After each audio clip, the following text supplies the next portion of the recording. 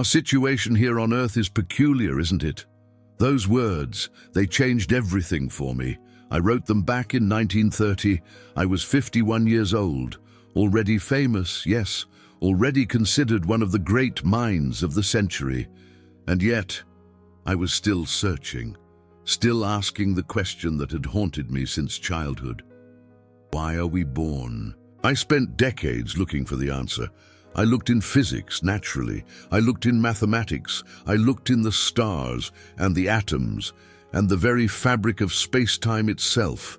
And what I finally understood was not what I expected, not what anyone expected, perhaps. Today, I'm going to share that understanding with you. Not the physics, not the equations, something far more important. The answer to the question that drives every human being, whether they admit it or not. Why are you here? Why were you born? What is the point of all this? I wrestled with these questions my entire life. When I was young, around 12 years old, I experienced what I can only describe as a spiritual awakening. I believed, I prayed. I thought I understood why I existed, to serve a higher power, certainly, to follow the moral compass, to earn my place in the grand scheme of things.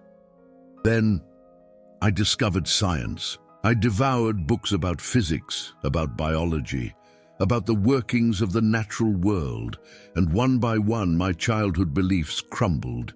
The stories I had been taught, they seemed less like divine truth, and more like ancient attempts to explain what people simply did not understand. By the time I was a teenager, I had lost my faith. Not gradually, mind you, suddenly, completely. The spiritual awakening collapsed, and I was left standing in the rubble, asking the question that would not let me go. If there is no grand divine plan, why are we here? For years, I had no answer. So I threw myself into physics. I became obsessed with understanding how the universe works. Not why, you understand. How, the mechanisms, the mathematics, the laws that govern everything, from falling apples to bending light. And I made discoveries, relativity, the photoelectric effect, the relationship between mass and energy, things that changed how humanity understands the cosmos. In 1905, the year I published my most famous papers, I was working as a patent clerk in Bern. I was 26 years old, I had a wife and a young son, and in my spare time, I was revolutionizing physics. That year, I proved that light comes in discrete packets, what we now call photons. I provided evidence that atoms really exist. I showed that space and time are intertwined, and I discovered that mass and energy are the same thing, related by the most famous equation in history, E=mc². The world would eventually call 1905 my miracle year, but here is what nobody knew. Even as I was making these discoveries, I was haunted by a deeper question, a question that physics simply could not answer. You see, none of them answered the question. You can know exactly how space-time curves around massive objects and still have no idea why any of it exists. You can calculate the precise trajectory of every particle in the universe and still not know what the point is. Physics tells you what happens. It does not tell you why it matters. By 1930, I had been famous for over a decade. People wrote to me constantly. They wanted my opinion on everything: politics, religion, the meaning of life. Ideas and Perspectives, a well-regarded magazine at the time, asked me to contribute to a series called Personal Philosophies. They wanted to know what I believed, so I sat down and wrote it. Our situation here on Earth is peculiar, isn't it? Each of us comes for a short visit, not knowing why, yet sometimes seeming to divine a purpose. That first line was carefully chosen. I did not say mysterious. I did not say miraculous. I said peculiar. Because that is what human existence is: peculiar, puzzling, unexpected.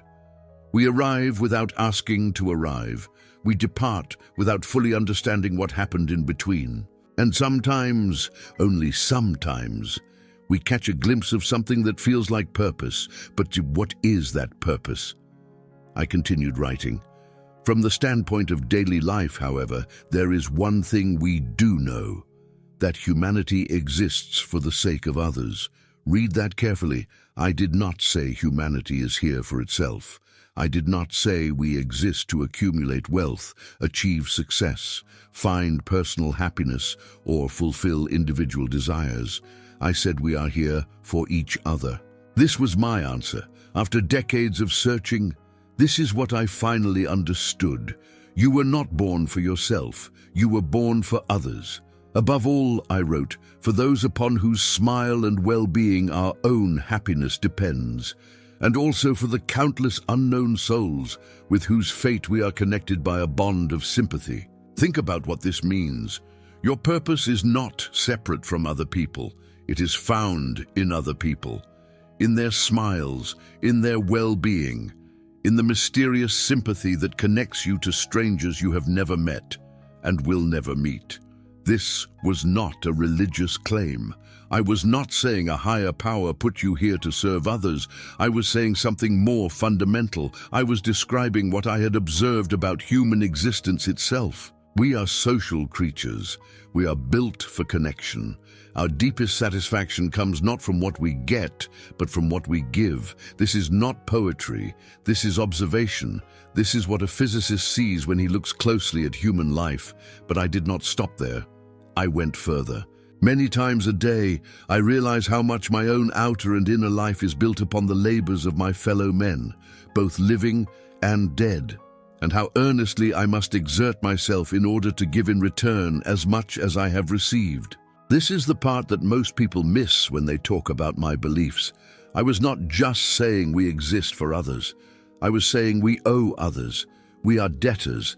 Every breath you take, every comfort you enjoy, every thought you think is made possible by the work of people who came before you and people who surround you now. The food you eat was grown by someone else. The language you think in was created by countless generations. The device you are using to hear these words was built by thousands of hands and minds you will never know. You did not earn your existence. You inherited it, and that inheritance comes with an obligation. I felt this deeply. In fact, I confess something in that essay that surprised many people. My peace of mind is often troubled by the depressing sense that I have borrowed too heavily from the work of other men. Yes. The great Albert Einstein, winner of the Nobel Prize in Physics, revolutionary of physics, felt like he had not given enough. He felt like a debtor who had not repaid his loans. This was not false modesty. This was the logical conclusion of understanding why we are born. If we exist for others, then we must ask ourselves constantly whether we are fulfilling that purpose, whether we are giving as much as we have received, whether our lives are making the lives of others nobler and more beautiful. Most of the time, the honest answer is no. Our situation here on Earth is peculiar, isn't it? We take more than we give. We focus on ourselves more than others. We forget the debt, and that forgetting is the source of most human unhappiness. 20 years after I wrote that essay, I received a letter that would test everything I believed. It came from a young woman named Sarah Miller. She was a freshman at Vassar College, and she asked me directly, "Why are we alive?" She explained her confusion. The world had just endured 2 terrible wars. She had grown up surrounded by violence, hatred, and destruction. She could not see any point to existence. Why bother living if this is what humans do to each other? I understood her despair. I had felt it myself. After the atomic bombs fell on Japan, bombs that my own equations had helped make possible, I wondered whether humanity deserved to survive at all. That moment in 1945 was the darkest of my life. I had signed a letter to President Roosevelt warning about the possibility of atomic weapons. I had done it because I feared the Nazis would develop them first. But when I learned what those weapons did to Hiroshima and Nagasaki, to the hundreds of thousands of innocent people incinerated or poisoned by radiation. I was devastated. I famously said that if I had known what would happen, I would have become a watchmaker instead of a physicist, but even in that darkness, I did not lose my understanding of why we exist. If anything, the atomic bomb made it clearer. Humanity exists for the sake of others, and when we forget that, when we treat other human beings as enemies to be destroyed rather than souls connected to us by a bond of sympathy, catastrophe follows. The bomb was a failure of compassion on a civilizational scale, and the only way to prevent it from happening again was to widen our circles of compassion until they encompassed all of humanity, all life, the whole of existence. But I wrote her back, and what I said was essentially what I had written in 1930, refined by 20 more years of living. The answer, I told her, was not to look for a cosmic purpose handed down from above. The answer was to create purpose through service, through connection, through recognizing that our fate is bound to the fate of others. I received another letter around the same time from a young man at Yale University. He asked the same question: what is the purpose of humanity on Earth? I told him there was no reasonable answer to the struggle to find purpose, no divine revelation that would settle the matter once and for all. But I offered him what I had learned. The purpose of life, I wrote, is satisfaction of the desires and needs of all, as far as this can be achieved, and achievement of harmony and beauty in human relationships. Notice those two parts: satisfying needs and achieving harmony. The first is practical. People are hungry, feed them. People are sick, heal them. People are ignorant, teach them. This is the obvious part. But the second part is what elevates existence beyond mere survival. Harmony, beauty. The quality of our connections matters as much as the fact of them. It is not enough to simply help others. We must help them in ways that create beauty, that produce harmony, that make the relationship itself something worth having. This is what I finally understood about why we are born. We are here to serve others, not grudgingly, not as a duty imposed from outside, but as the natural expression of what we really are. We are parts of a whole, and the whole only flourishes when the parts care for each other. In 1950, I wrote a letter to a grieving father that captured this understanding perfectly. His name was Michael Johnson. His 11-year-old son had just died. He wrote to me seeking comfort, and I offered him the deepest truth I knew. A human being is part of the whole, I wrote, called by us universe, a part limited in time and space. He experiences himself, his thoughts and feelings, as something separate from the rest, a kind of optical delusion of his consciousness. This is the key insight. We feel separate. We feel like isolated individuals, alone in our skulls, looking out at a world that is not us. But this feeling is wrong. It is an optical delusion, a trick of consciousness. In reality, we are not separate at all. We are connected to everything. Our atoms were forged in ancient stars. Our thoughts are made of language given to us by others. Our very sense of self was shaped by the society we were born into. The striving to free oneself from this delusion, I continued, is the one issue of true religion. True religion, not the religion of my childhood, with its personal higher power who rewards and punishes, but a deeper religion, a cosmic religion, I called it elsewhere. The religion of recognizing our connection to the whole. And how do we free ourselves from the delusion of separateness? By widening our circle of compassion. Our task must be to free ourselves from this prison by widening our circle of compassion, to embrace all living creatures and the whole of nature in its beauty. This is the answer. This is why you were born. Not to accumulate, not to achieve, not to become someone important, but to widen your circle of compassion, to expand your concern beyond yourself, to recognize that your well-being cannot be separated from the well-being of others. In 1922, long before I had fully worked this out, I had a curious experience in Tokyo. I was visiting Japan for a lecture tour. I was already famous then, and everywhere I went, crowds gathered to see me. It was overwhelming. One evening, a messenger came to my hotel room to deliver something. I wanted to give him a tip, but I realized I had no Japanese money. So instead, I took a piece of hotel stationery and wrote him a note. I told him that perhaps one day it would be worth more than a simple tip.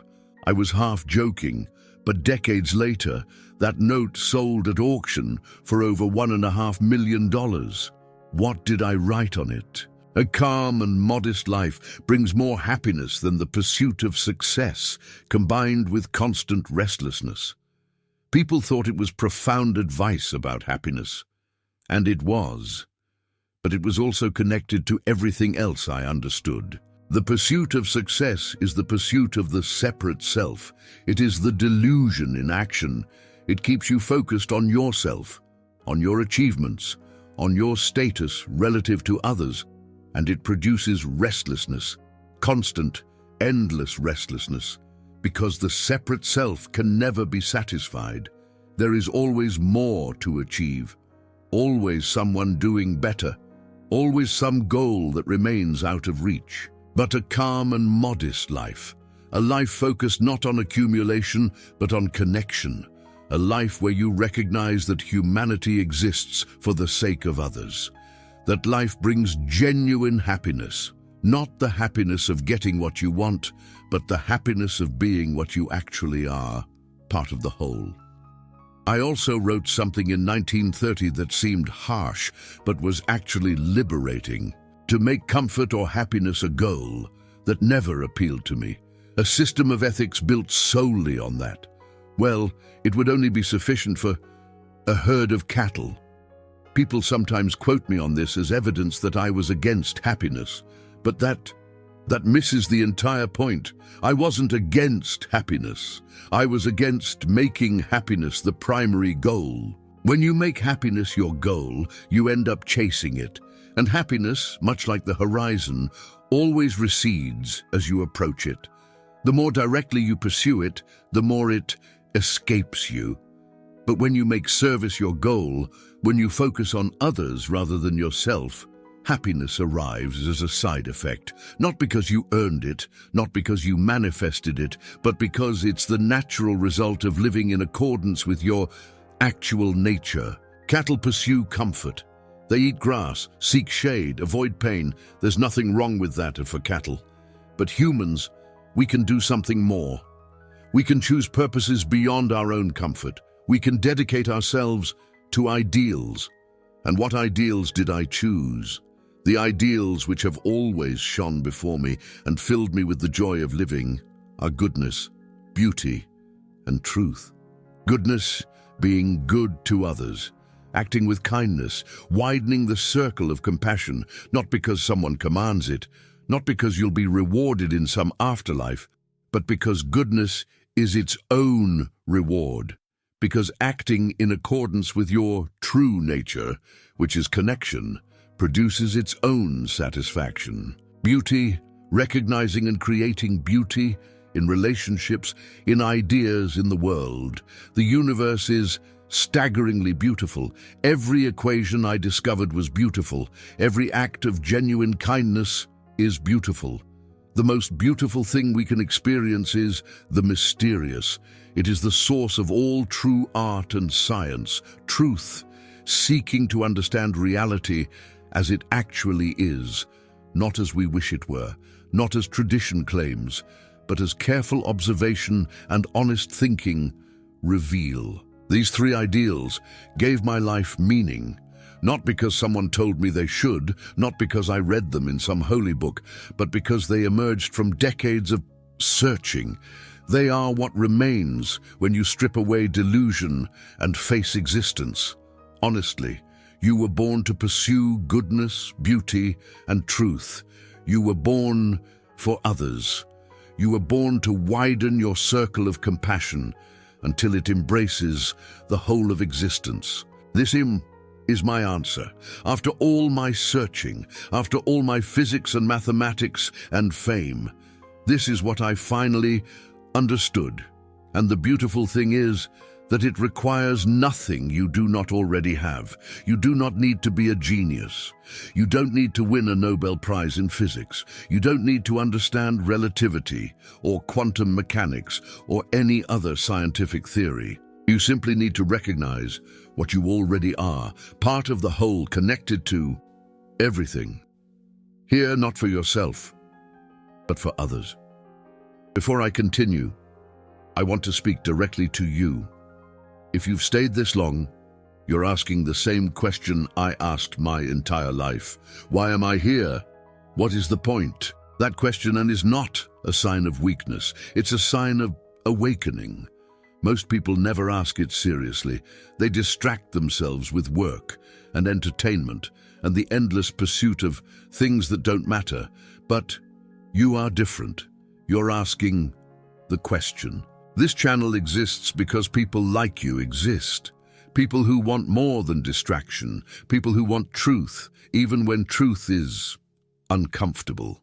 People who suspect, as I did, that the answer to life's deepest question might transform how they live. When you support this channel through super thanks, you're supporting that search. You're saying that these questions matter, that exploring what the greatest minds discovered about existence is worth doing. I spent my life trying to understand the universe. Along the way, I discovered something more important than any equation. I discovered why we are here, and I'm trying, through these videos, to share that discovery with anyone willing to listen. If this resonates with you, consider clicking the thanks button below. Not because I need it, but because you're saying that truth matters more than entertainment. That meaning matters more than distraction. That the question, why are we here, deserves our best effort. Now let me tell you how understanding this changes everything.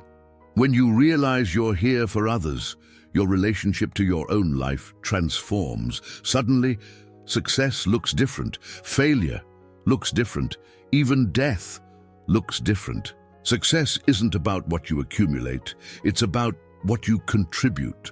The most successful person isn't the one with the most money or fame or power, it's the one who has most effectively served others, who has widened their circle of compassion furthest, who has added the most goodness, beauty, and truth to the world.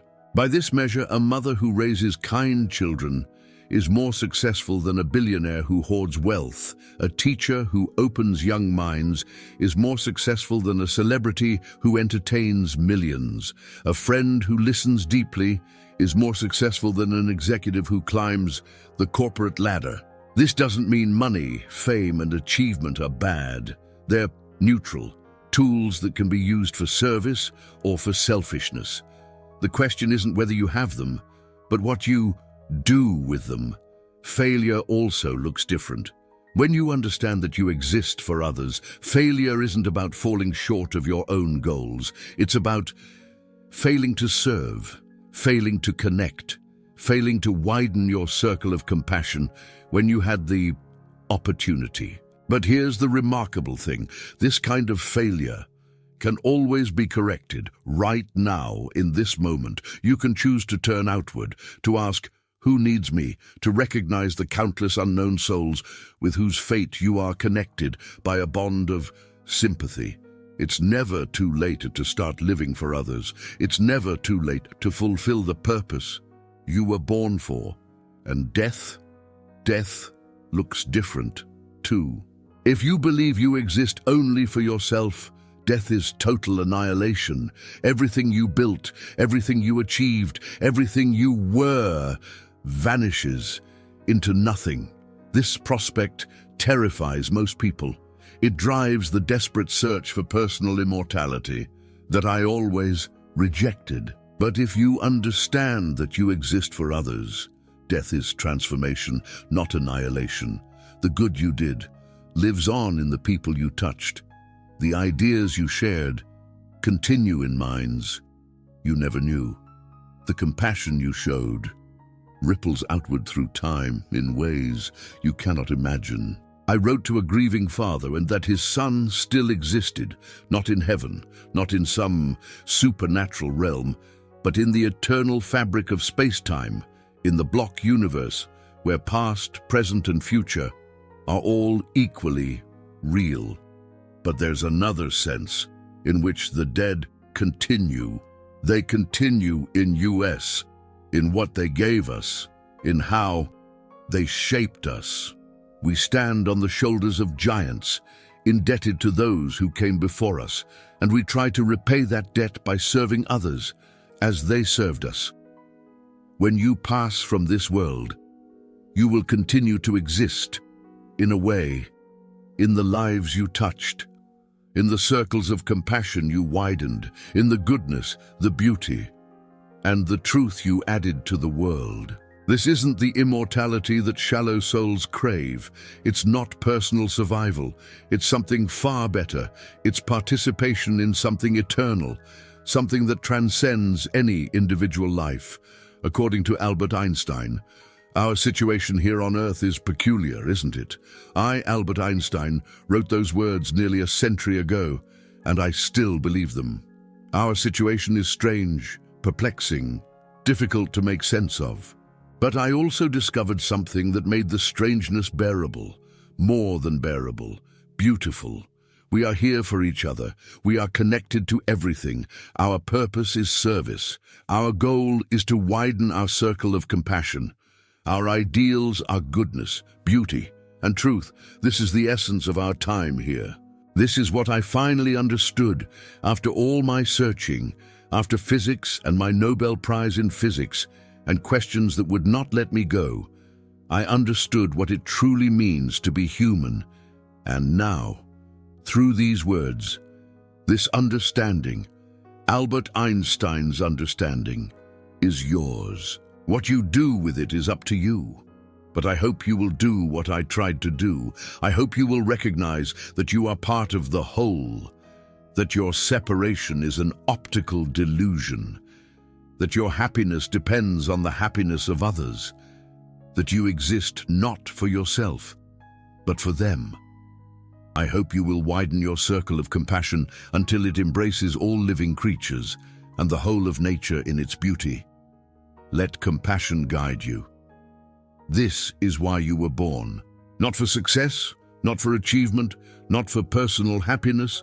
According to Albert Einstein, for others. Now, I want to hear from you. I, Albert Einstein, have shared what I finally understood about why we exist. But this isn't a lecture. This is a conversation. Do you believe we are born for others, as I came to believe?